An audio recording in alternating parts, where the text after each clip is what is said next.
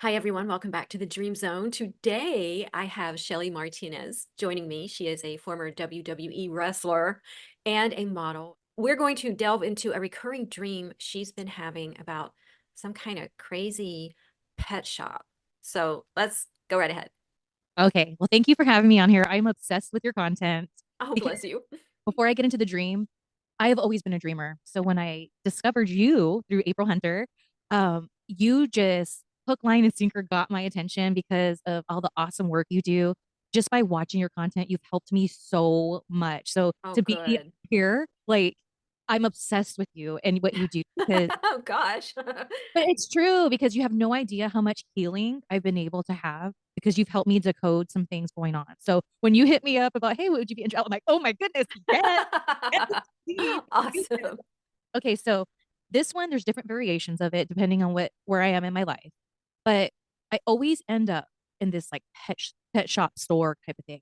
And it's always at first, it looks like if you would go into like an aquarium. So it seems like at first when I walk through, it's kind of got that bluish haze going on. And then there's just like if you went to a pet shop, like you could see the animals that are in there, but there's always something wrong with the animals, whether Hmm. they're deformed or they're like a hybrid of something that shouldn't be. And one that sticks out to me the most is I was at this pet shop and when I saw this dog, I felt really sorry for it. Hmm. But the dog was made up of noodles. And I knew I had to set this dog free so it can live a Hmm. happy life. So I end up getting it free. And I was so happy because when I saw the dog running on the grass, I knew it was able to live its life. But then my last thought was, why is it noodles?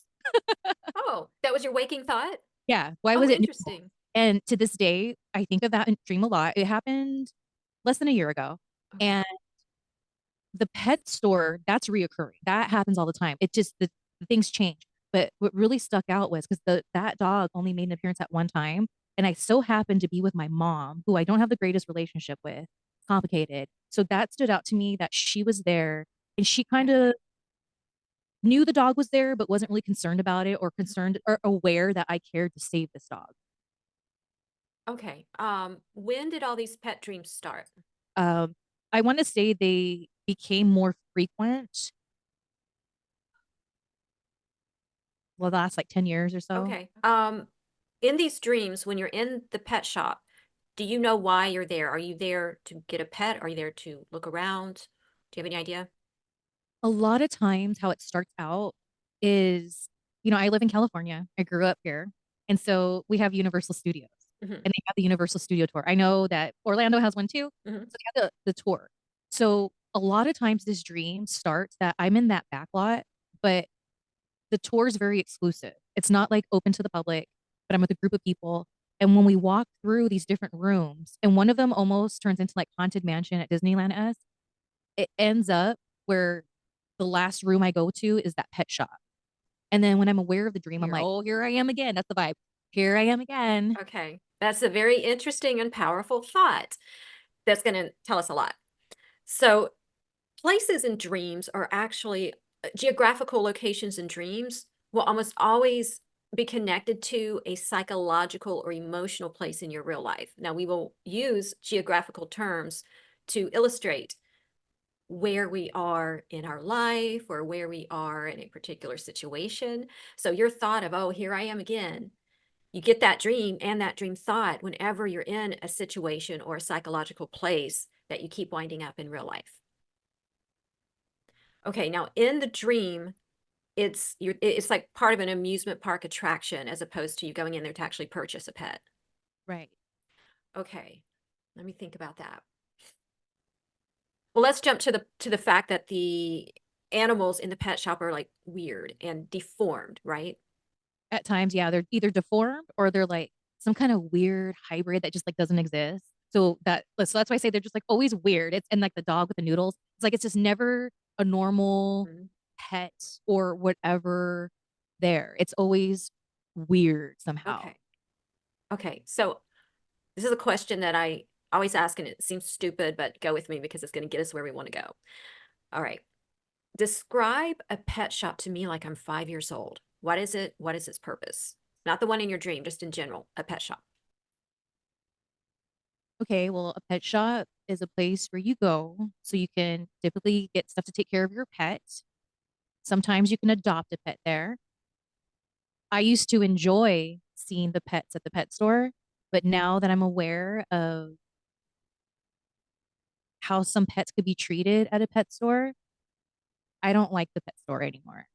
But oh my gosh, this is like all decoding now. The last time I went to a pet store, I went there because I was really sad and I wanted to feel uplifted and get a little dopamine hit, see some puppies or kitties or birds. Mhm. But when I went in, I got so sad to see how the pet store I went to, they didn't look good. So, do you associate pet stores with disappointment or with abuse or misuse? Yeah, now I do. And for many years I have. Many, many years now. I guess I never thought of it till I'm talking about it out loud right now, Yeah. putting it all together. But yeah, Okay. All right. Now, this is going to reflect some part of yourself or your life. So, since you've been getting this for so long, do you keep finding yourself in situations where you are misused? 1,000,000%. Is it with different people or one particular person? Different people, but the biggest disappointment I've had to date is with myself. And something that I'd like to throw out there since we're here, I am a content creator and I have been doing sexy content for a long time. And one of the things, but I don't do nude or topless. Like I haven't shot like that in so, so long. It's ridiculous. So I tend to have certain dreams and I know why. It's because I do custom content and somebody will want it and the energy is just off. It makes me uncomfortable. It Mhm. triggers things. So Okay. then when whatever. So that's why I say I've been disappointed with myself to put myself in those same situations. So I continue to get frustrated with myself and my choices. And I'm my biggest disappointment right now. That and the wrestling world. Those are my two biggest disappointments. Okay. All right. So this is all coming together now, and it makes a lot of sense why the pet store is a part of the amusement park attractions because it's all about being an attraction. Do you feel like you are that? Yes. Okay. And now let's get to the deformed, weird, hybrid pets that are found there. Dreams are a reflection of the self. They shine our life and our behavior and our thoughts back at us, but in a different light so we can have a better understanding of ourself, our situation, our behaviors. These weird pets in your psychological pet store might be reflections of how you see yourself. So let's jump to the last one with your mother because you brought up the noodle dog a few times. So it's certainly sticking with you. So there's something there. 1,000,000%. Okay.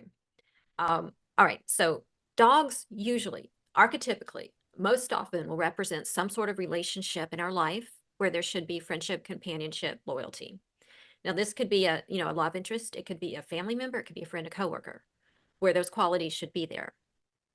Since your mom was in the dream, do you feel like the dog in this dream could represent the loyalty, companionship, friendship within the mother-daughter relationship?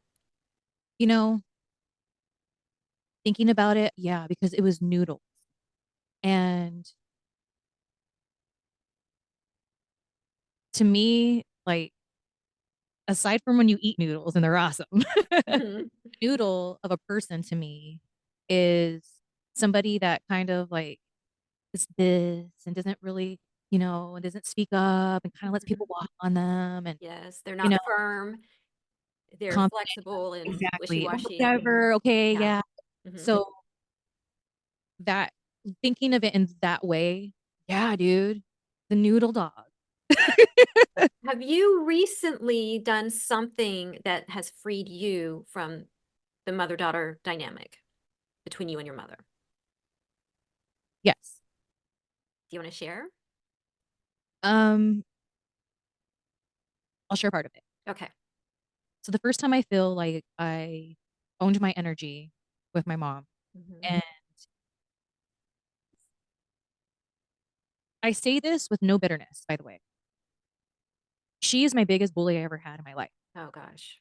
And I understand why, because my mom had really terrible things happen to her and it effed her up, different generation, as far as like you don't talk about things, whatever, whatever. So since I was a kid, I've always, even though my mom was rotten to me and people in our own family be like, God, she's so terrible to Shelly, I felt sorry for her because even though I was a kid and I didn't really understand, I knew she didn't want to be this person, but Mm. she just was. My Right. dad was a douchebag. He wasn't around. So like, so I felt sorry for her. And then at the same time, the way she made me feel, it made me hyper aware to where I didn't ever want to make people feel that way. And that's been a double-edged sword because sometimes I'm too people pleasing and I've been working on that. And sometimes, but at the same time, I rather have to work on being not a people pleaser than somebody that hurts people over and over. So fast forward of over a year ago, a whole situation happened to me that was very serious. And I had to stand firm with my mom. And when she tried to do her normal thing, I was standing firm because at that point, what the thing was about, I knew what I was talking about. So, no, you're not going to manipulate me. And I felt like for the first time, I was like, no, that kind of no, Yes. no. Yes. Like, I'm not trying to be a bitch, but no, that was the vibe. Then she isolated herself from me for a while. She came back around. She listened and she was like, no, I understand that now. And so when I had that moment, even though I was going through so much drama, I got a piece of my energy that little Shelly got taken from a long time ago. And it's changed me as a person. And so when that happened, because that was just a few months ago, that's when I was Mhm. like, so what's this dream about the noodle dog? So that dream was reflecting back to you what you did. You let go of the noodle dog within you. You Mm, were loyal to her by being a noodle. dang. And that's how she wanted me. Well, I think that dream is definitely reflecting a breakthrough you had that will likely help you change some element of yourself or your life that keeps putting you in that pet store mentality where here I am again in attraction and things are weird and I'm not seeing myself the way I should be seeing myself. My distorted perspective. It all makes sense. It all does. It all makes sense. Yeah. So use that dream as a feedback from your subconscious. If you get it again, you know you've got something to work on as far as how you see yourself or how you allow others to view you. Because remember, we teach others how to look at us and treat us.